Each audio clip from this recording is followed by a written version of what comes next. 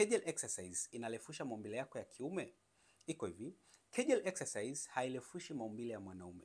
Badala yake ni kwamba Kegel exercise unapofanya mara kwa mara inakwenda kusaidia zaidi kuongeza uimara wa mfumo wa nguvu za kiume. Sasa kabla sijakuelezea ni kivipi haya mazoezi yanaweza kaimarisha mfumo wa nguvu za kiume, tuangalie nini maana ya Kegel exercise. Kegel exercise ni yale mazoezi ambayo yanalenga misuli ya nyonga. Okay? Yani pelvic floor muscles.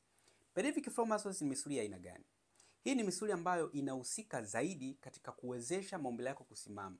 Lakini pia ndio ile misuli ambayo inahusika zaidi katika kuruhusu au kuzuia utoaji wa mkojo. Sasa ni kivipi unapofanya mazoezi ya Kegel yanasaidia kuimarisha nguvu ya uume? Iko hivi.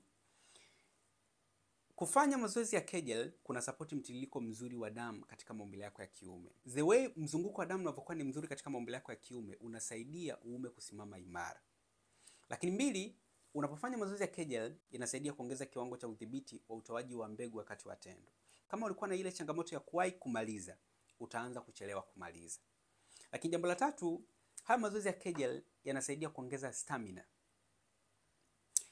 Stamina ni ule uwezo wa kusimamisha maumbile yako imara na kwa muda mrefu.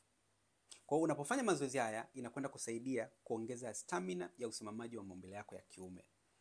Lakini nne, unapofanya haya mazoezi inakwenda kusaidia zaidi kuboresha afya ya kibofu cha mkojo. Lakini bado hii inasaidia zaidi uwezo wa maumbile yako kusimama kwa haraka, hasa baada ya kumaliza raundi ya kwanza kwenda raundi ya pili. Kwa hiyo unapofanya mazoezi ya Kegel haurefushi maumbile yako ya kiume, badala yake ni kwamba unaimarisha mfumo wa nguvu za kiume. Na hakuna mazoezi ambayo yanasaidia kurefusha au kukuza maumbile yako ya kiume moja kwa moja. Badala yake ni kwamba mazoezi yote yanasaidia zaidi katika kujenga mfumo wa nguvu za kiume na mfumo wa mwili kwa ujumla.